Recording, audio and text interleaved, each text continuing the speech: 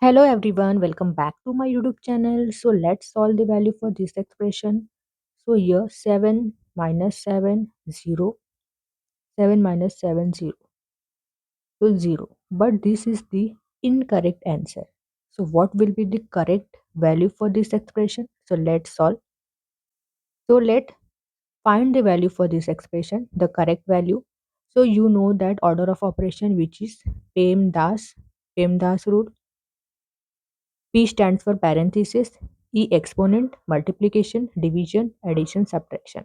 So multiplication and division both have equal priorities. Therefore, we go from left to right.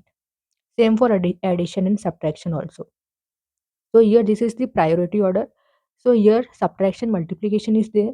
So first we'll solve the multiplication part, this part. So 7 minus 7 sevens are 49 minus 7.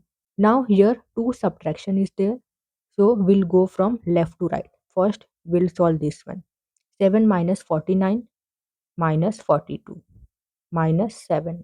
Correct answer is minus 49.